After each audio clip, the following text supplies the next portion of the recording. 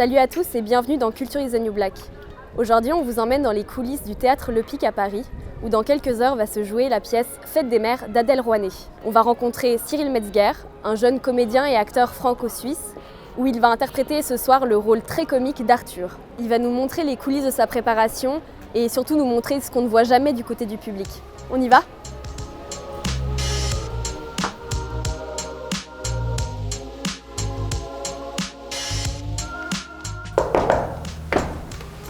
Bonjour, Salut, bonjour, Culture is the New Black. Vous êtes Merci. avec Cyril Metzger, on va parler de Fête des mères, c'est ça? C'est ça, merci de nous recevoir. Avec grand plaisir. Bienvenue dans la loge. Donc là, on est dans ton antre du moment, au Exactement. théâtre Le Pic. Est-ce que tu peux nous raconter ce que tu fais là ? Alors en ce moment, je joue un spectacle qui s'appelle Fête des mères, qui est un spectacle qu'on a créé pour le Festival d'Avignon. Et on est ici, ça va être bientôt, je crois, la 70e là. Donc on commence à être un peu rodé. Et là, c'est l'endroit où on se prépare avant de jouer, avant de rentrer sur les lieux du crime. Et de cette pièce qui est une tragicomédie écrite par Adèle Rouanet et Vincent Cardet. C'est l'histoire d'une famille qui se retrouve à la période de la Fête des mères, qui s'avère aussi être l'anniversaire de la mère. Et la mère réunit du coup ses 3 enfants, qui eux vont tous arriver avec un accompagnant qui peut être soit une pièce rapportée, soit une valeur ajoutée, ça dépend du point de vue. En fait, ça ne se passera pas comme prévu, on va attendre la mère très longtemps et les secrets de famille vont se révéler. Et donc là, on est dans ta loge. Exact. Comment tu te prépares pour le spectacle ? Déjà, d'abord beaucoup de blagues et on essaye de se mettre en connexion avec tout le monde. La petite mise des costumes, après on file en haut, on installe le décor. Et moi j'aime bien penser le moins possible à la pièce avant de rentrer. Donc je déplace au maximum le moment de concentration. Et tu préfères passer ces moments seul en introspection ou tu as vraiment besoin Non, d'être moi il faut constamment... surtout pas que je sois en introspection. Sinon tu as plus de risque de jouer seul, je trouve. Tu vois, alors que si tu es avec l'autre et que tu es dans le feu, ça marche mieux. Pour moi. Et est-ce que tu as un petit porte-bonheur que tu gardes avec toi ? Non, jamais. En fait, je pars du principe qu'il faut surtout pas que j'ai de rituel ou de porte-bonheur, parce que si un jour tu l'as pas, tu vas croire que t'es nul, alors que c'est pas le cas, tu vois. Faut éviter d'être superstitieux dans ce métier, je pense. Et t'as pas un petit rituel à nous partager que tu fais à chaque fois avant de monter sur scène ? Rien. Rien. Rien du tout. Mais des fois, je me retrouve à faire des rituels, tu vois, ou à ritualiser quelque chose. Et en fait, je me rends compte qu'il faut surtout pas que je le fasse. Par exemple, tu vois, j'avais un truc à un moment donné, je me disais, ok, pour donc l'addiction, la mâchoire, s'échauffer, un chewing-gum toujours avant, nan. Et en fait, au bout d'un moment, je me suis dit, il faut absolument que j'enlève ça pour éviter que ça devienne quelque chose de rituel. Et est-ce que tu te rappelles la première fois que tu as joué cette pièce ? Ah oui, je me rappelle, bien sûr. En fait, il y avait 2 choses. Il y avait la première fois qu'on l'a joué, donc du coup, devant un public qui était à Avignon. Ça, c'était assez fort. Mais je me rappelle la première fois aussi qu'on a fait un filage total devant un public restreint en salle de répétition. Et ça, tu te rappelles parce que c'est les moments de test. Et c'est comme les humoristes quand ils rôdent leur spectacle, tu vois. Ça peut être assez violent la réaction parce que toi, tu pensais que ça allait très bien marcher et en fait, tu te prends un bide ou alors les choses sur lesquelles tu t'attendais pas marchent très bien.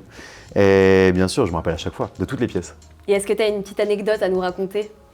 À propos de Fête des mères, il y en a beaucoup. En fait, à la base, on avait une vraie bouteille de champagne qu'on faisait péter chaque soir. Et il y a une fois, Florence a failli être borgne, une fois, elle a failli me casser le nez, une fois, la bouteille a pété au début alors que ça devait être au milieu. Bref, on a arrêté. C'est un métier risqué. C'est un métier très risqué. Très risqué. On a arrêté le champagne et donc maintenant, c'est du jus de pomme mélangé avec de l'eau gazeuse. Est-ce qu'on peut monter sur scène pour que tu nous montres où se passe ton métier ? Avec grand plaisir. Allez. Allons-y.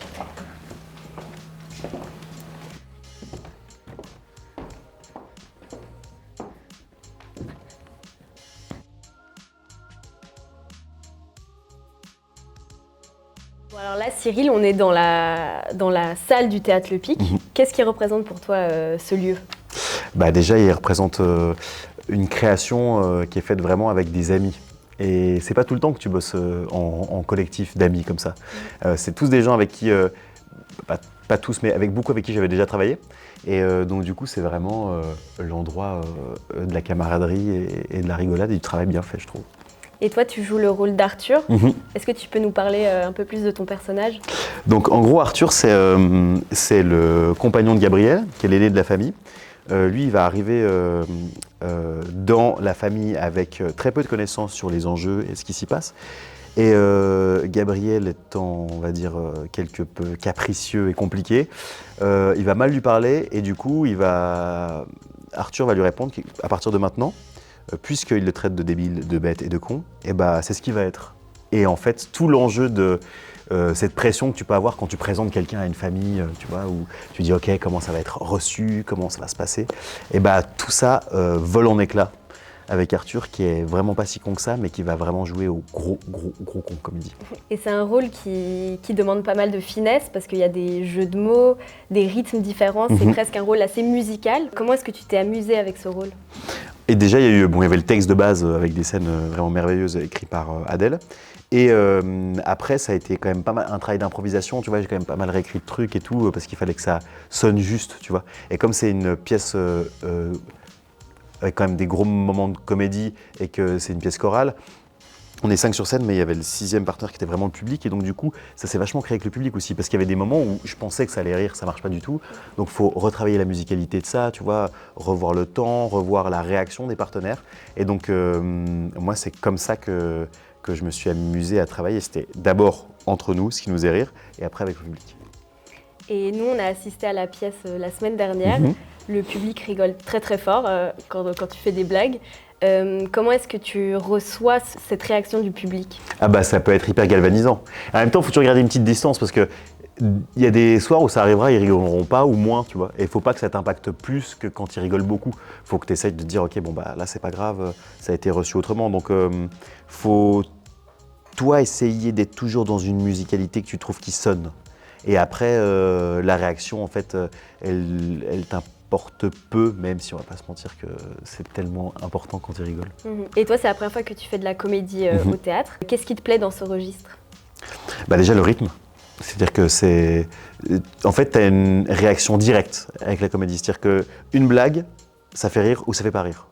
Tu l'as direct. Alors qu'avec le drame, tu vois, j'ai pu faire des pièces plus dramatiques, tu vas pas forcément entendre les gens pleurer ou les voir être touchés, tu vois, c'est plus compliqué. Mais alors qu'avec la comédie, tu auras une réaction directe. Donc pour moi, c'est ça, tu vois, c'est ce rapport-là à l'instantanéité du moment, au fait, le travail d'être toujours au présent, tu vois, tu peux pas être sur une ligne droite directe, parce qu'en fait, même le rythme de la pièce, il est balancé par des rires. C'est-à-dire que quand ça rit beaucoup, tu peux pas enchaîner la réplique directement après, parce qu'en fait, elle va être avalée par le rire. Donc en fait, tu dois trouver une espèce de balance là-dedans. Et c'est ça qui est vraiment intéressant et précieux, je trouve, à aborder en tant qu'acteur. Et tu penses que c'est plus dur de faire rire ou de faire pleurer? C'est plus dur de faire rire. Beaucoup plus dur. Il y a tellement de types d'humour différents. Il y a des histoires de drame qui toucheront toujours tout le monde, tu vois. Alors qu'il y a des blagues qui toucheront très peu de personnes. Tu vois. Dans le cinéma, je vois, c'est très rare d'avoir une comédie primée, tu vois. C'est pas tout le temps qu'il y a le dîner de cons et Jacques Villeray qui reçoit un César. Tu vois, c'est rare. Et alors que c'est peut-être le genre le plus dur. Et il n'y a pas moi qui le dis, tu vois. Pierre Ninet, dans une dernière interview, il en parlait. Enfin, c'est vraiment le genre le plus dur. Et pas assez récompensé. Et tu joues également au cinéma et dans des séries. Pour toi, est-ce que c'est le même exercice de jouer du théâtre ou alors jouer devant la caméra? Non, alors il y a quand même des grosses différences, tu vois. Bon là on est dans une petite jauge, donc la scène elle est assez proche de nous. Mais quand tu joues dans des grands théâtres comme j'ai pu le faire le Néon comme ça, en fait il faut que ta pensée, elle parvienne au dernier rang.